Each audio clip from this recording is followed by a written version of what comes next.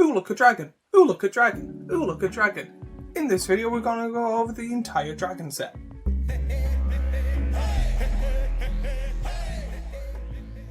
Hi, I'm CJ Okorajo, and in this video I will be going over pretty much majority of this set, talking about the best cards in each individual section, talk about pretty much the creatures, planeswalkers, artifacts, and maybe hopefully show a few cards that you have missed. But before I go any further, a word from my sponsor, which is me and my little Etsy shop, where I make t-shirts and hoodies with multiple sizes and colours with designs I thought people would enjoy. So if you like me and what I do, first subscribe and comment and do all that YouTubey stuff we always ask for, and then secondly, buy yourself something nice. A quick rundown of this video. I will be talking about different sections of this, showing the best cards, so people can rather see cards they haven't seen before, or look at cards that they enjoy, or maybe see a different opinion. Someone might want to build a commander deck around it, or something like that. Pretty much this is a quick rundown of the best parts of this set, in my personal opinion. So starting off with the Dragon Commanders. When it comes to Dragon Commanders, there is only a cycle of them, but you get dragons just like Betor Kin to All, Shiko Paragon of the Valley, Kerbal Arbiter of Virtue, Nevri Heart of the Storm, Ureni the Sun Unending.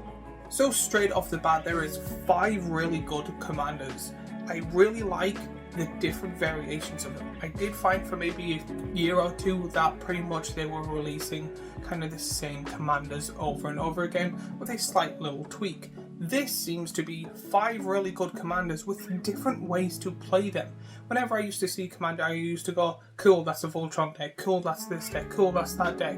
With these, I can now go, cool, you can play it with these cards, and these cards, and have 3 different decks with the same commander. Now that wasn't with all of them, but in the majority of them. The fact that we've got 5 3-color commanders that can all be played in somewhat different variations is really good in my opinion. Plus, I did make a better deck with Mutate. It's really weird, so if you want me to do a deck take on it, please let me know in the comments down below. So now let's go on to commanders. These are just commanders. They're just non-dragon legendary creatures that I thought people might enjoy building a deck around. So you get cards just like Taigam, Master Opportunist, Ditsea, Regret of the Mire, Fellovar, Dawn of the Abzan, Narset, Jeskai, Waymaster, Kottis the Fangkeeper, Zergo, Thunderous Decree, Eshki, Dragonclaw. Personally, I would not build any of these, but I really do appreciate the different variations of how they play. These are really cool and powerful creatures. They are kind of all over the place when it comes to balancing and scaling, but again, that is impossible to do when it comes to this type of game and how long it's been around. There are some that I would love to see other people make and play against, and then there's cards that I'm like, I will never see again. But my favourite thing about this is the same as the commanders. There's different variations, and that's the best thing. Different people get to play different ways, and this is the type of set that is actually doing that very well so far. Now let's go on to the creatures. When it comes to creatures, these are ones that I find personally good. Now there was a handful that I did not throw in, like pretty much Kratos Behemoth, because that is a reprint and a card that is well known, that it's kind of obvious that it is a really good card. Nothing to really look out for. So these are creature cards that I think people might want to put in decks they've already made, or if they're building a deck, have a quick little eye on. Or if they ever come with a deck in the future, hopefully this video helps them. But these creatures to look out for, they are Sinkhole Surveyor, Warden of the Grove, Sage of the Skies, Scavenger Regent, Clarion Conqueror, Avatar of the Fallen, Kwarsky Relevant, Mardu Siegebreaker, Flamehold Grappler, Temur Battlecrier, Kerhu Goldkeeper. This set had a few good reprints, and a lot of the focus was on the legendary creatures and the dragons and the people that work with them, so there wasn't many creatures to keep an eye on. However, there is one that I am going to be buying straight off the bat the second I get the chance for my Anima deck, which is Temur Battlecrier. That is going to be hilarious if I have that and the commander on the field. But now we're on to Planeswalkers / Old Planeswalkers. This section is for the Planeswalkers that are in the set and the people that used to be Planeswalkers that got their own card. So again, this is kind of a split between the two. So there are some creature cards in here that are not Planeswalker cards, but they used to be Planeswalkers, so I kept them in. But you get cards just like Elspeth Storm Slayer, Ujin Eye of the Storms, Sarkhan Dragon's Ascendant, Narset Jeskai Waymaster. So I actually do think the two Planeswalkers in this set are both really good in their own right. I do think Elspeth with the built-in token doubler is going to be amazing and broken, and I do think Eugene or Urgin is a really good card. The other two, again, Narset's always been very powerful, so I'm kind of happy that they're keeping her as powerful or a little bit less powerful, but still playable. Sarkhan I've never liked the story, never liked any of the cards, never liked really anything about them, so kind of happy that they lost their spark, but again, that's just me and my own personal grudge opinion on Sarkhan himself. Now the spells of the deck. When it comes to this, I'll be talking about the instances and sorceries that I found very, very interesting. Now there's not many, but again it makes sense in a set that's based on living things like creatures and stuff like that, and dragons and people and storms and stuff. So there is a few storm cards which makes sense, but there wasn't many cards when it comes to this that I thought were really, really good. But you get spells just like Perenation, Jeskai Revolution, Death Begets Life, Nature's Rhythm, Inevitable Defeat.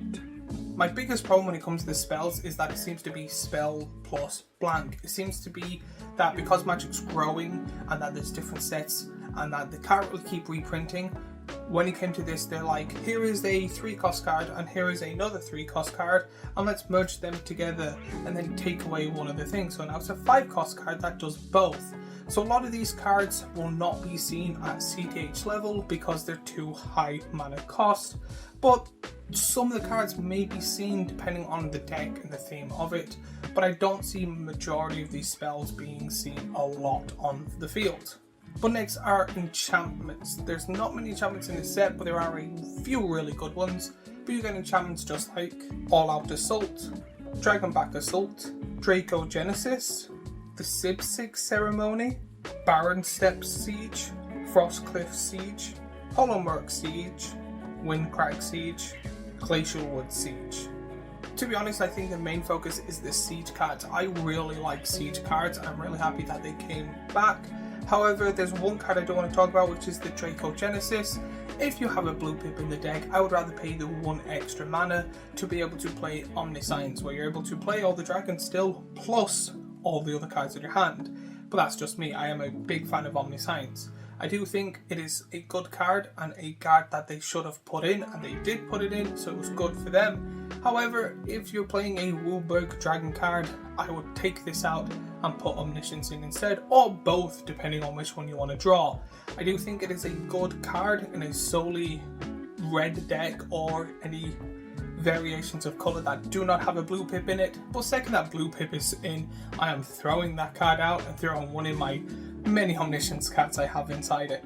Then I decided to add this in last minute. There is a bunch of enchantments called Sagas, a cycle of them, but I thought they would have their own little variation when it comes to this video, mainly because Sagas are cool, but you get Sagas in this deck called Reveal of the Ancestors, Ready Cover the Way, Awaken the Haunted Dead, Thunder of Unity, Roar of Endless Song. So the main reason I separated them is whenever I see a cycle of Saga cards, the first thing that pops in my head is Tom Bombadil. I know nothing about Lord of the Rings. I'm not a big medieval fan. I've never actually seen Lord of the Rings. I've seen like the first one, like I've seen half of it to 3/4 of it like 3 times with my friends trying to force me to watch it. And I know that Tom Bombadil is not in the movies, but in the books, and people have talked about it because I have friends that are huge Lord of the Rings fans, so I know of Tom Bombadil. Then when the set come out, I know a little bit more. Whenever I see Saga cards now, I'm like, would this be good in Tom Bombadil? So if you think any of these are out the 5, which is the best to put in the Tom Bombadil deck, let me know in the comments down below. When it comes to this, my personal opinion, this is the weakest section of the set. It is the artifacts. Now when I mean the weakest, there are 1 or 2 very, very, very powerful artifact cards. But I meant in volume. There is only a handful of artifact cards that I actually think are worth talking about. But those cards are Corey Steel Cutter, Haired Heirloom, Mox Jasper, Dragonfair Blade. So again, really cool, amazing mana rocks. The kind of like 2 that are in there. The Jasper Dragon thing, absolutely amazing and a very powerful card. However, I think when it comes to volume, there was a lot of uncommons and commons that were very disappointing. And 2 rares, but again, this is a big set, so they need to cut stuff a little bit down. So hopefully in the future there is a set with better artifacts. Now that the Final Fantasy set is coming out, there's a high chance there with all the weapons that are going to be in this set. And then finally, lands. When it comes to lands, there is a cycle +1 card that I think is worth mentioning, and they are Dalcorvan Encampment, Mistrais Valley, Grant Arsican City, Kori Mountain Monastery, Kishla Village, Maelstrom of the Spirit Dragon. So I think these lands are good. I really like that they kind of put lands with extra abilities in when it comes to each set. They're possibly not going to do as well as Kamigawa, but again, I really do like some of these depending on how you play. Because I notice when it comes to playing Magic the Gathering, a lot of people don't look at lands. So if you have lands with really cool abilities, it's hilarious. The amount of times I've done the Hideaway Greenland and everyone's like, haha, bod wipe, and then on my turn I'm like, boom, I'm playing the card that's underneath this land, and people are like, oh, I forgot about that. Or like, I go, yeah, haha, you've got like 20 million blockers, Rogue's Passage, and they're gone, oh, So I do think lands with abilities is really, really good. And I really do like that they added a tutor on. Now it's a lot of mana because it's 4 plus itself to get a card, but I do think it is going in the right direction. And then there is all the different variations of art. I was thinking of doing it, but I'm actually thinking of not, because whenever I've made these videos before, when I have talked about the different variations of art, people have not been interested in it. I might in the next video show off if there is a different version of art instead of showing the base card of it. Show different arts of it. Let me know if that's worth it in the comments down below. But I think talking about the set, the cards in it, is the main point. I really do like this set as a whole. To be honest, from the looks of it, this could potentially be the best set in my personal opinion. We still got to see about the space one, and of course, if you've seen any of my videos before, any of the other university stuff, I'm not the biggest fan of. So I do think this set has a 1 really good story, 2 really good and playable cards like commanders and power upgrades and stuff like that, 3, from what I've heard, I haven't seen the full thing, the story is good. So to be honest, I think this set overall, I'm going to give it an 8.9. But as always, if you like the set, if there's stuff you liked about it, didn't like about it, or anything like that, let me know in the comments down below. If I missed anything that you think I should talk about next, let me know in the comments down below. Please watch more of my videos, I would really appreciate the help. And if you're also up, please go and subscribe and all that other YouTube stuff we always ask for. Plus, if you like this video, I have last week's video here, a playlist of all the Is It Worth It stuff videos I make here, and a subscribe button here, and I shall see you all in the next video.